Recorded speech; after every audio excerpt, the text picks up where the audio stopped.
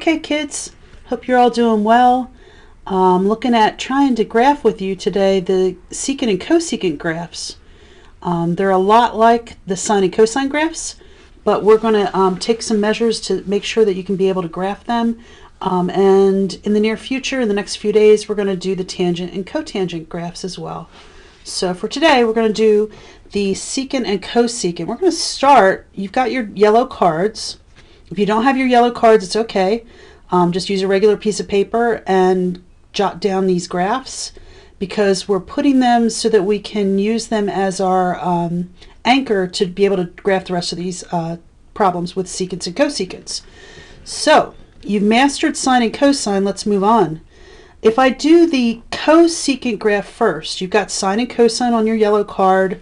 The third graph we're going to do down here is the cosecant. Okay, so cosecant graph. Well, guess what? The period is still going to be 2 pi over b, just like it is for sine and cosine. The amplitude is still going to be the absolute value of a. The left is still going to be set equal to negative 2 pi. The right's still going to be set equal to 0, and the right's going to be set equal to positive 2 pi. But remember how cosecant is reciprocal with sine? What we're going to do is set up just kind of like the sine graph goes. Far on the left is negative 2 pi. Far on the right is positive 2 pi. And then I've got the 4 sections like we do. We can still label these, even though we won't label them when we actually do the actual graphs, just like with sine and cosine. This would be negative pi over 2. This is 0. This is pi over 2. This is pi, and 3 pi over 2. We still have, just like the sine and cosine graphs, goes to 1 and negative 1. But here's the story. If I dot this as if it were the cosecant graph, as if it were its reciprocal sine, I'm going to dot the sine graph. So the sine graph starts at 0. It goes to 1. And notice I didn't make this the highest point. I left some room there. Goes back to the middle, goes to negative 1, and here. And I'm going to continue dotting the sine graph. And so what happens is I actually have asymptotes with this guy. And the asymptotes happen wherever I have it crossing through the x-axis. So over here at negative 2 pi is an asymptote. At negative pi it's an asymptote. At 0 it's an asymptote. At pi there's an asymptote. And at 2 pi there's an asymptote. Alright, so there's my asymptotes down the line. And the actual graph of cosecant is parabolas, and they're happy and sad parabolas. They kind of can't make up their mind. So like over here where this dot is, they go away from the x-axis. So the cosecant graph over here goes like this. It's a parabola, happy parabola. But the point down here is below the x-axis. He's a sad parabola. He goes away from the x-axis. And then I have a happy parabola, and then I have a sad parabola. And those are actually, the parabolas are actually what my cosecant graph looks like. All right, so we are going to flip our card and we're going to do the secant graph. So the secant graph is going to be our next one at the top. Okay, so at the top, here we go, secant graph. S-E-C-A-N-T. The period is still 2 pi over b. The amplitude is still the absolute value of a. The left is still negative 2 pi. Center's at 0, right's at 2 pi. Far to the left is negative 2 pi, far to the right is positive 2 pi. 4 sections either way. Okay, so this would be negative 3 pi over 2, negative pi over 2, 0, pi over 2, pi, 3 pi over 2, and we've got 1 and negative 1. So the setup's still the same as the other 4 have been so far. But what I need to do now is I need to dot it as if it were reciprocal to secant is cosine. So I'm going to dot the cosine graph. I'm not going to graph it, I'm just dotting it.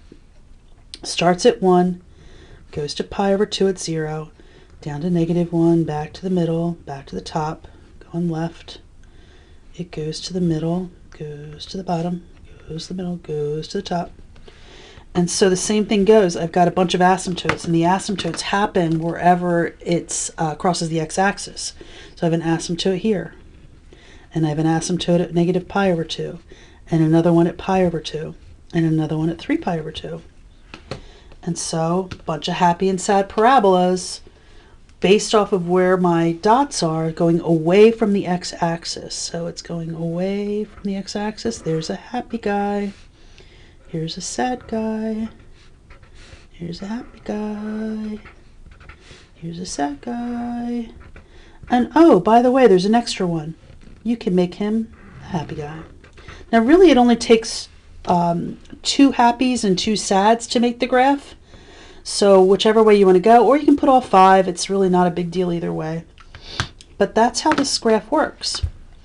And so we're going to go to, I posted the note packet, and if you don't have it or can't print it out, just do it on regular paper. That's no big deal. So here's the first page of the note packet, and it says, okay, well look at, here you go. You've got the secant graph. The secant graph goes from -infinity to positive infinity, but it can't equal any of these. It does secant and cosecant. We did cosecant first, but that's fine. You end up with, it can't be where these asymptotes are, and the asymptotes fall at the pi over 2's. So that's what it's trying to say over here. It can't be any multiple of pi over 2 for the domain. And the range for this thing, the y values are always either greater than 1 or less than 1. And that's what this is trying to say over here. But we're not going to concentrate too much on the domains and ranges. So when we graphed our graph for secant, our graph went like this. We did this guy, he was a happy parabola. This guy was sad. This guy was happy. This guy was sad. And then we had a 5th one who was also happy. They are the actual secant graphs. It's not, they actually on this particular form drew you the cosine graph, but that's not part of what secant is. Secant is just what I've highlighted. Same thing goes for cosecant. Same idea, but this one it can't be any of the even pi's for the domain, and you still have a range that has to be greater than 1 or less than 1. So this one, the actual graphs for cosecant are these ones I'm highlighting. They literally drew the sine graph to help you draw it, but that's not part of what cosecant is. Alright, so cosecant is just those highlighted graphs. So you might say, how do you graph these things when they give you something like this? So just like we did the last time around, there are things we're going to put on hold, and there's things that we're going to do right away. And so if I'm looking at this and I'm trying to think about, just like I did before, things I put on hold, this negative sign is an old hold. That means I'm going to flip it in the end. But for right now, I don't take that into account. So period's going to be 2 pi divided by b. b is what's in front of the x. Just like it was before, I get a 2. The amplitude is whatever's the absolute value of what's in front. Technically it's a -1, so absolute value is 1. The left, center, and right I can do exactly the same way I did with sines and cosines. So most of you wanted to go for the center first. I take pi x and I set it equal to 0 and solve it. So dividing by pi, if I divide by pi, I get x equals 0. If I have a period of 2 and I go to the left by 2, that means that this guy's going to be a -2 and this guy's going to be a +2. And so now I got all my pieces. Now remember, you could take this thing, pi x, you could take it pi x and set it equal to -2 pi, you get the same thing. This guy, you could take pi x and set it equal to +2 pi, and you get the same thing of 2 and -2. So yes, you can do it the algebraic way, or just use the period to be able to adjust you from where that center is. So I'm going to set it up the same way I did sines and cosines. This would be a -2. This would be a 0. This would be a +2. 4 sections either way. Amplitude is 1. So I'm going to put a 1 here, negative 1 here. And what I'm going to do is look at my yellow card at the secants and figure out where the heck are the asymptotes. Are the asymptotes at the ends, or are the asymptotes on either side of that centerpiece? So let's see. Let's go to secant. Secant's right here. Oh, look it. It's not at this center line. It's 1 on either side. Asymptotes are 1 on either side. So I'm going to go over here and I'm going to put my asymptotes on. That means my asymptote's not at the center line. It's 1 on either side. Every other one. Okay, set up the asymptotes. Then what I'm going to do is look at, I have a happy parabola in the middle. All right, so technically this should be a happy parabola in the middle. But guess what? It's flipped. So any happy parabola becomes a sad parabola. Which means that every other section is going to go the opposite way. Remember, they go happy and then sad, happy and then sad. So this was going to be happy there. It's going to be happy on this side as well. And then I need one more at least. And I can pick either end of this thing to make it B. I can put all 5 if I want to. And there it is. A negative secant pi x. Okay, next one, cosecant of x over 2. Nothing to put on hold. I don't have a negative and I don't have an up or down movement on this one. So I'm taking, remember this is like the cosecant of 1/2 x, if I were thinking about that. So the period is going to be 2 pi divided by b, which is 1/2. Well, 2 pi divided by b is like 2 pi times 2 over 1. I get 4 pi. Same exact work you did back with the sines and cosines. Amplitude is absolute value of what's in front. That's 1. Left, center, right. I'm going to go for the center. The center is x over 2, 1/2 x equals 0. And if I multiply both sides by 2, I get x equals 0. Well, that's great because I got a period of 4 pi. So I can go left 4 pi, and I can go right 4 pi.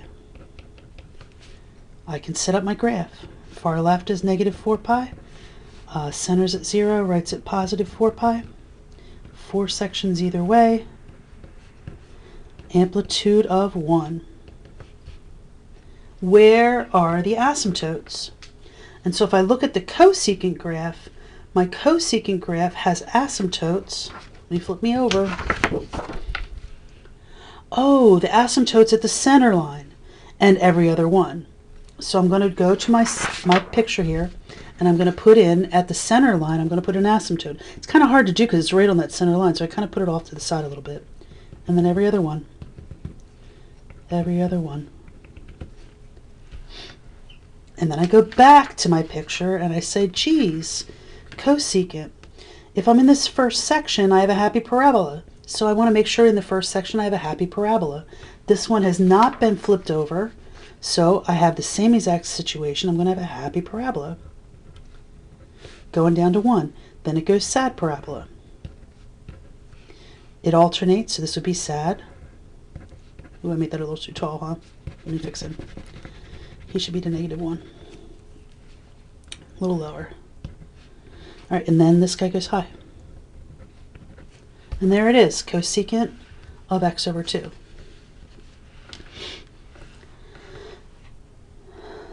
All right, the next one they were trying to trick you, but I kind of helped you out a little bit. It is normally, remember how the x normally is the first piece? They were trying to trick you and put the pi as the first piece. But if you factor out a negative, it ends up looking like this. So we're just going to graph this guy right here. This one, the negative is what I'm putting on hold. That's going to be a flip at the end. But the rest of this I can do the same way I normally do. The period is 2 pi divided by b. Well, in front of an x is 1. All right, cool, 2 pi. Amplitude is the absolute value of what's in front. Absolute value of -1 is 1. Left, center, right. Going for the center. X minus pi equals 0. Well, that means that x equals pi. Here's pi. If I go 2 pi to the left from a pi. Pi minus 1 is negative pi, minus another one is negative, pi minus 1 minus a pi is 0, and 0 minus pi is a negative pi. So this is negative pi over here. I'm taking 2 pi away from pi, gives me negative pi. On the right, I've got 2 pi added to pi. That's going to be 3 pi. All right, 4 sections. 1, 2, 3, 4. Amplitude of 1. Where are the asymptotes? Cosecant graph. You can see it right from up above. Cosecant graph has the asymptotes at the center. So you're going to asymptote the center and every other one after that. And then normally there's a happy parabola in this first section. But guess what? It's flipped. So Mr. Happy Parabola becomes Mr. Sad Parabola. Here he is. And then it alternates from there. So this one would be happy. This one would be happy. This one would be sad. And there it is. A couple more, but you can see that there's a lot of consistency between what we do for the sine and cosine graphs and what we do for secant and cosecant. It's just a matter of what the graph looks like. So secant and cosecant are a bunch of parabolas. Sine and cosine of the wave. A couple more to go. Of course they're going to get fancy pants on us, right? So here's the next one. And if I were to ask you what I'm putting on hold, you would say the negative. This flips it. I don't have an up or down. I'm good to go. All right, so let's try it. I've got a period that is 2 pi divided by b. Oh, wow, b's 4. 2 pi divided by 4, I got pi over 2. That's a little different. Amplitude is also a little different. I've got the absolute value of a negative 2 is 2. If I go left, center, right, I'm going center. 4x equals 0. That means x equals 0. Okay, that's great. I get a 0 there.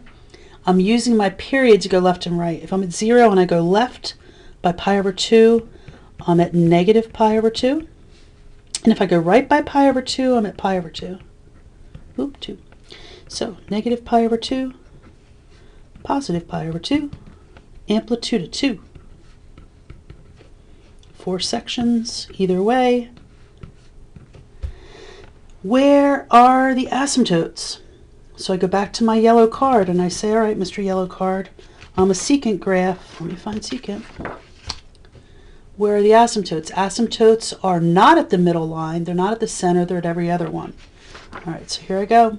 Not at the center line. Every other one.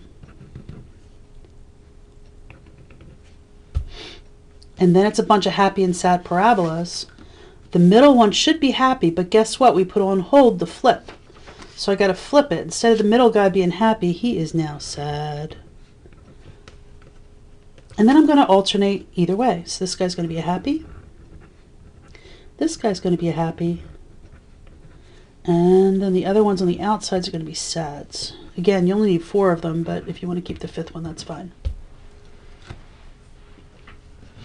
All right, 2 to go. This one I have an on hold of a +1. So that means I'm going to, in the end, move it up 1. But I don't need to worry about that quite yet. So, period. 2 pi divided by b. Well, in front of the x is a 2. Gives me a pi. Amplitude is absolute value of 3, or 3. Left, center, right, we're going center. Take the whole parenthesis thing, 2x minus pi equals 0.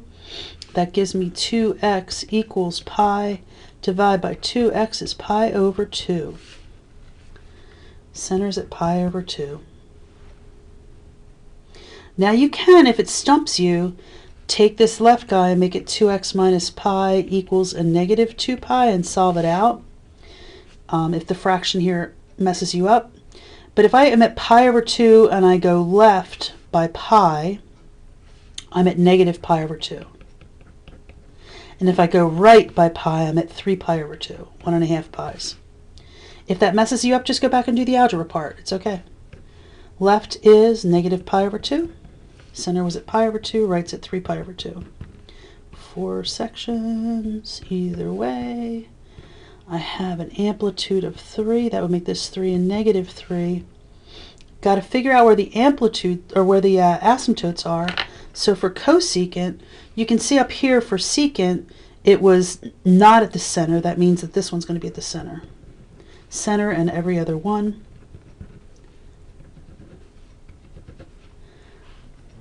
All right, but here's the deal. I have to go up 1. So I'm no longer at negative 3. If I'm at negative 3 and I move up 1, guess what? Now I'm at negative 2. And if I'm at 3 and I move up 1, now I'm at 4. So when I make my happy and sad parabolas, I need to make them based off of those numbers. So let's see. Cosecant, there's not a negative. I'm not flipping it. So normally, if I were to look at this, I would have a cosecant would be happy over here. First guy's happy, coming to 4. Next guy is sad, going to negative 2. Negative 2 is the highest point, and then 4, and there we go. That's your deal, moved up by 1. All right, last one. You're probably saying, thank God. All right, so last one. This one, I have a couple things I'm going to put on hold. It's a cosecant graph. I've got 2 things. This guy's going to flip and go down 2. Again, I don't need to worry about them until the end. So here I go. Period is 2 pi divided by, in front of the x is a 2. Amplitude, absolute value of what's in front, negative 1 is 1. Left, center, right. I don't worry about the negative 2 until the end. That's going to move me down 2, so it's not part of my center part. But my center is going to be 2x minus pi over 2 equals 0. There are a couple tricks I showed you before we had the break. And I said, I don't like fractions. Nobody likes fractions. So if you take whatever that denominator is and you multiply everybody by it, it's a legal math move and the police won't take you away. So if I multiply this guy by 2, here's what I'm going to do. So you see, multiply by 2 gives me a 4x. 2 times pi over 2 is just a pi, and 0 times 2 is still 0.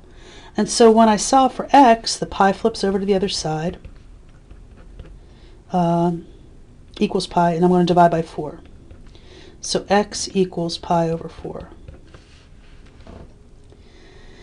If you're fraction savvy, you can use your period again to figure out your left and your right. If I'm at pi over 4, if I'm at a quarter and I go left by 1, I'm at negative 3/4. Negative 3 pi over 4. Now, if that messes you up, all you need to do is take 2x minus pi over 2 equals negative 2 pi, multiply everybody by 2, and solve it just like we did. You'll get the same thing. If I go right, if I'm at a quarter and I add 1 to it, my right is going to be 1 1/4. If I'm 1 1/4 pi, that's like 5 pi over 4. You can write it either way. They mean the same thing. All right, set it up. Here is a negative 3 pi over 4. Here's a pi over 4. Here's a 5 pi over 4. 4 sections either way. Amplitude of 1. Where are the asymptotes? Cosecant. Look right up above. Cosecant has the asymptote at the center. There's my asymptote, every other one. All right, couple issues. Issue number 1 is that I am going down 2. If I'm at negative 1 and I go down 2, I'm at negative 3. If I'm at 1 and I go down 2, ooh, this one's going to be really interesting. So I've got negative 1, I mean positive 1. If I go down 2, now I'm at negative 1. What is that going to look like? So I also have it flipped. If I'm flipping, this guy wasn't flipped. This was a happy parabola in that first section. That means this first one's going to be a sad parabola. Its high point's going to negative 3. All right, that's not so bad to visualize. The problem is my happy parabolas, their lowest point is at negative 1, so they're going to look like this. They're going to come through the x-axis, turn around, and go back. That looks kind of strange, but that's what it is. And so then I'm going to do alternating things. This guy comes down to negative 1, turns back around, and this one has a highest point at negative 3. And so, my friends, they are your secant and cosecant graphs. So between now and Friday, Thursday and Friday, you are to watch the video, which I'm going to post, and then complete the problems. You'll see them, the secant and cosecant graphs. Let's see if I have a picture of them. Numbers 1 through 6.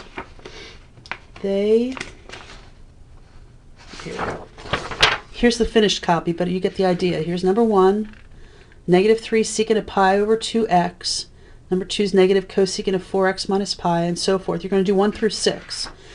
They are what you're working on for Thursday and Friday. Then I'm going to post for you how to do the tangent and cotangent graphs on Monday, and you'll have Monday and Tuesday to do the tangent and cotangent graphs. So, best of wishes. Hope you're staying well. Email me with any questions. You do not have to turn these in until all 12 secant, cosecant, tangent, cotangent graphs are done. So it'll be next week, and I'll tell you more about that. Again, email me with any questions. Hope you're all doing well. Miss you, and have fun graphing. Bye.